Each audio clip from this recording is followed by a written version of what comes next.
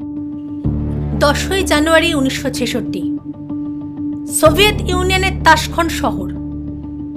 ভারত ও পাকিস্তানের মধ্যে একটি ঐতিহাসিক শান্তি চুক্তি সই হয়েছে মাত্র কয়েক ঘন্টা আগে।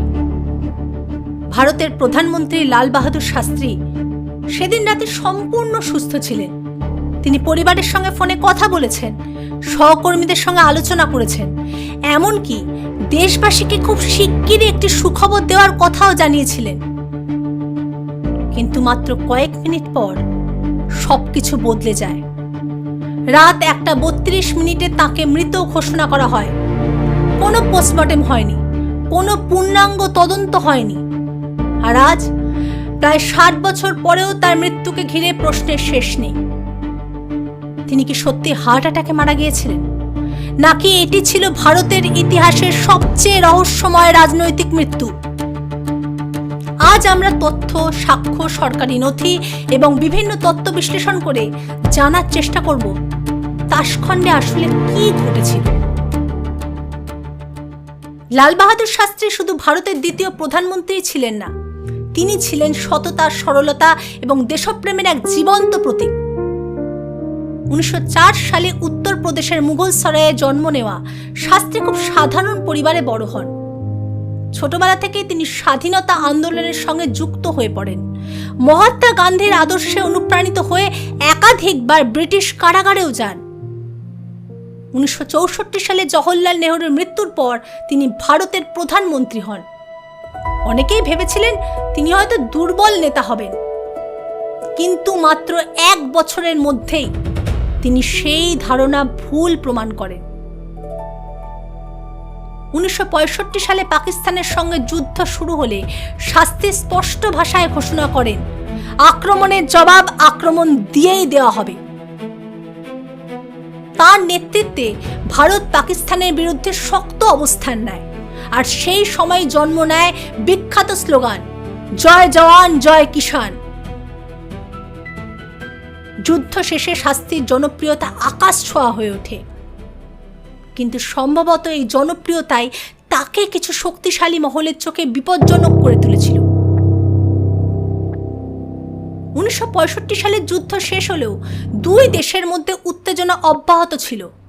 এই পরিস্থিতিতে সোভিয়েত প্রধানমন্ত্রী আলেক্সাই কোসিগিন ভারত ও পাকিস্তানকে শান্তি আলোচনার জন্য তাশখন্ডে আমন্ত্রণ জানান। ভারতের পক্ষ থেকে লাল বাহাদুর শাস্ত্রী, পাকিস্তানের পক্ষ থেকে president field marshal Ayub Khan. কয়েকদিনের টানা আলোচনার পর 10ই জানুয়ারি 1966 সালে উভয় দেশ তাশখন্ড চুক্তি স্বাক্ষর করে। চুক্তি অনুযায়ী যুদ্ধকালে দখল করা এলাকা ফিরিয়ে দেওয়া হবে এবং দ্বিপাক্ষিক সম্পর্ক স্বাভাবিক করার চেষ্টা করা হবে।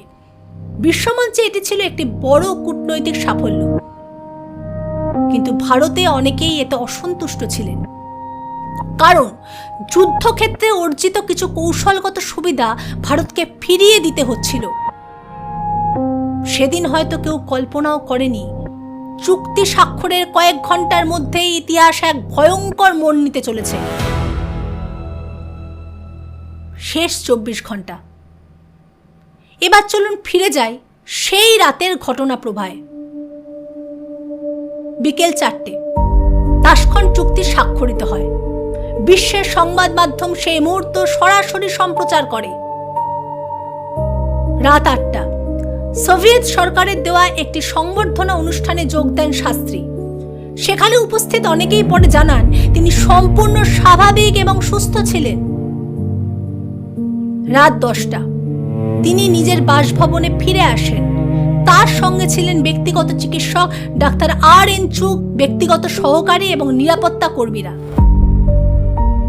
এরপর ঘটে প্রথম রহস্যময় ঘটনা। বহু বছর ধরে তার জন্য রান্না করা বিশ্বস্ত রাঁধুনি রামনাথ সেদিন খাবার প্রস্তুত করেননি। পরিবর্তে অন্য একজনের রান্না করা খাবার পরিবেশন করা হয়। রাত 10:30 থেকে রাত 1টা পর্যন্ত তিনি পরিবারের সঙ্গে একাধিকবার ফোনে কথা বলেন। তার কণ্ঠে কোনো অসুস্থতার লক্ষণ ছিল না, বরং তিনি জানান দেশে ফিরে তিনি একটি গুরুত্বপূর্ণ সুখবর দেবেন। কিন্তু সেই সুখবর কি ছিল তা আজও রহস্য। রাত 12:30 তিনি দুধ পান করেন। সবকিছু স্বাভাবিক ছিল। তারপর রাত 1:20 হঠাৎ তিনি প্রচণ্ড অসুস্থ হয়ে পড়েন। তিনি কষ্ট করে নিজের ঘর থেকে বেরিয়ে ব্যক্তিগত সচিবের দরজায় গিয়ে ধাক্কা দেন। কিছুক্ষণের মধ্যেই চিকিৎসকদের ডাকা হয়, কিন্তু সব চেষ্টা ব্যর্থ হয়। রাত 1:32 তাকে মৃত ঘোষণা করা হয়। যে প্রশ্নগুলোর উত্তর আজও মেলেনি। একজন রাষ্ট্রপ্রধানের মৃত্যু হলে সাধারণত প্রতিটা মুহূর্ত খুঁটিয়ে তদন্ত করা হয়, কিন্তু শাস্তির ক্ষেত্রে ঘটেছিল উল্টোটা। আজও অন্তত 6টি বড় প্রশ্নের উত্তর পাওয়া যায়নি। প্রথম প্রশ্ন, 20 বছর ধরে তার জন্য রান্না করা রামনাথ সেদিন রান্না করলেন না কেন? দ্বিতীয় প্রশ্ন, ঘরে টেলিফোন থাকা সত্ত্বেও তিনি সাহায্যের জন্য অন্য ঘরে গেলেন কেন? তৃতীয় প্রশ্ন, যে ফ্লাক্স থেকে তিনি জল পান করছিলেন সেটি রাসায়নিক পরীক্ষা কেন করা হয়নি? চতুর্থ প্রশ্ন, একজন প্রধানমন্ত্রীর আকস্মিক মৃত্যুর পরও পোস্টমর্টেম করা হলো না কেন? পঞ্চম প্রশ্ন, তার শরীরে নীলচে দাগ দেখা গিয়েছিল বলে পরিবারের দাবি। সেই বিষয়টি কখনো আনুষ্ঠানিকভাবে তদন্ত করা হয়নি কেন? এবং ষষ্ঠ প্রশ্ন, তিনি যে সুখবরের কথা বলেছিলেন সেটি কি ছিল? এই প্রশ্নগুলোর কোনো চূড়ান্ত উত্তর আজও নেই। সন্দেহভাজন নম্বর 1, ভারতীয় রাজনৈতিক মহল। প্রথম তত্ত্বটি ভারতের অভ্যন্তরীণ রাজনীতিকে ঘিরে। কিছু গবেষক এবং ষড়যন্ত্র তত্ত্বের সমর্থক মনে করেন শাস্ত্রের জনপ্রিয়তা দ্রুত বাড়ছিল। তার নেতৃত্ব এবং জনসমর্থন ভবিষ্যতে অনেকের রাজনৈতিক অবস্থানের জন্য চ্যালেঞ্জ হয়ে উঠতে পারত। এই কারণেই কিছু মানুষ ইন্দিরা গান্ধীর নামও টেনে আনেন। তাদের যুক্তি, পরবর্তীতে ইন্দিরা গান্ধী প্রধানমন্ত্রী হন। কিন্তু এই তত্ত্বের বড় দুর্বলতা হলো এর পক্ষে কোনো প্রত্যক্ষ প্রমাণ নেই। তাছাড়া 1966 সালে ইন্দিরা গান্ধীর রাজনৈতিক ক্ষমতা সীমিত ছিল, তাই অধিকাংশ ইতিহাসবিদ এই তত্ত্বকে দুর্বল বলেই মনে করেন। সন্দেহভাজন নম্বর 2, সোভিয়েত ইউনিয়ন। দ্বিতীয় সন্দেহভাজন সোভিয়েত ইউনিয়ন, কারণ ঘটনাটি ঘটেছিল তাদের মাটিতে। শাস্ত্রের পরিবারের কিছু সদস্য পরে দাবি করেন তার কক্ষের টেলিফোন ঠিকমতো কাজ করছিল না। এছাড়া জরুরি চিকিৎসা ব্যবস্থার অভাব নিয়েও প্রশ্ন ওঠে। তবে এই তত্ত্বেরও একটি বড় সমস্যা আছে। সোভিয়েত ইউনিয়ন তখন ভারতের অন্যতম ঘনিষ্ঠ মিত্র ছিল। ভারতের সঙ্গে সম্পর্ক নষ্ট করার মতো এমন ঝুঁকি তারা কেন নেবে? আজ পর্যন্ত এই প্রশ্নেরও সন্তোষজনক উত্তর পাওয়া যায়নি। সন্দেহভাজন নম্বর 3, CIA। সবচেয়ে আলোচিত তত্ত্বটি যুক্তরাষ্ট্রের গোয়েন্দা সংস্থা CIA কে ঘিরে। 60-এর দশক ছিল ঠান্ডা যুদ্ধের সময়। বিশ্ব তখন 2 ভাগে বিভক্ত, একদিকে যুক্তরাষ্ট্র, অন্যদিকে সোভিয়েত ইউনিয়ন। ভারত আনুষ্ঠানিকভাবে নিরপেক্ষ থাকলেও সোভিয়েত ইউনিয়নের সঙ্গে তার সম্পর্ক ক্রমশ ঘনিষ্ঠ হচ্ছিল। একই সময় ভারতের পারমাণবিক গবেষণাও দ্রুত এগোচ্ছিল। কিছু লেখক দাবি করেন আমেরিকা ভারতের ভবিষ্যৎ পারমাণবিক শক্তি হয়ে ওঠাকে উদ্বেগের সঙ্গে দেখছিল। পরবর্তীতে CIA রবার্ট কাউলিকে ঘিরে কিছু বিতর্কিত দাবি সামনে আসে। এসব দাবিতে বলা হয় CIA ভারতের কিছু গুরুত্বপূর্ণ ব্যক্তিকে সরিয়ে দেওয়ার পরিকল্পনায় জড়িত ছিল। তবে গুরুত্বপূর্ণ বিষয় হলো এই দাবিগুলোর পক্ষে কোনো সরকারি বা স্বাধীনভাবে যাচাই করা চূড়ান্ত প্রমাণ এখনো প্রকাশিত হয়নি। ফলে CIA তত্ত্বটি আকর্ষণীয় হলেও সেটিকে এখনো অনুমান হিসেবেই দেখা হয়। ডাক্তার চুগ এবং হারিয়ে যাওয়া সত্য। রহস্য এখানেই শেষ নয়। শাস্ত্রীর ব্যক্তিগত চিকিৎসক ডক্টর RN চুগ ছিলেন সেই রাতের সবচেয়ে গুরুত্বপূর্ণ সাক্ষীদের একজন। কিন্তু কয়েক বছর পর তিনি একটি সড়ক দুর্ঘটনায় মারা যান।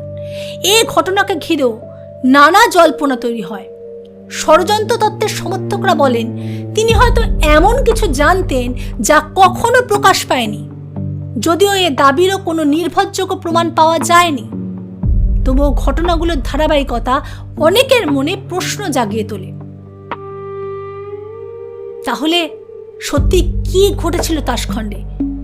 এটা কি ছিল একটা স্বাভাবিক হার্ট অ্যাটাক, নাকি বিষপ্রয়োগ, নাকি এমন কোনো আন্তর্জাতিক ষড়যন্ত্র যার নথি আজও গোপন রাখা হয়েছে? আমরা নিশ্চিতভাবে জানি না, কিন্তু আমরা এটুকু জানি, ভারতের একজন জনপ্রিয় প্রধানমন্ত্রী বিদেশের মাটিতে রহস্যজনক পরিস্থিতিতে মারা গিয়েছিলেন, আর তার মৃত্যুর তদন্তে এমন অনেক ফাঁক রয়ে গেছে যা আজও ইতিহাসবিদদের ভাবিয়ে তোলে। হয়তো একদিন কোনো গোপন নথি প্রকাশ পাবে, হয়তো একদিন জানা যাবে সেই রাতের পুরো সত্য, কিন্তু ততদিন পর্যন্ত তাসখণ্ড রহস্য ভারতের ইতিহাসের সবচেয়ে বড় অমীমাংসিত প্রশ্নগুলোর একটি হয়েই থাকবে। আপনার কি মনে হয়, লাল বাহাদুর শাস্ত্রী কি সত্যি হার্ট অ্যাটাকে মারা গিয়েছিলেন, নাকি এর পেছনে ছিল আরও বড় কোনো ষড়যন্ত্র? আপনার মতামত কমেন্টে অবশ্যই জানান। আমি সংগ্রামিকা। ভিডিওটি ভালো লাগলে লাইক করুন, বন্ধুদের সঙ্গে শেয়ার করুন এবং ইতিহাসের এমন অজানা রহস্য জানতে চ্যানেলটি সাবস্ক্রাইব করতে ভুলবেন না।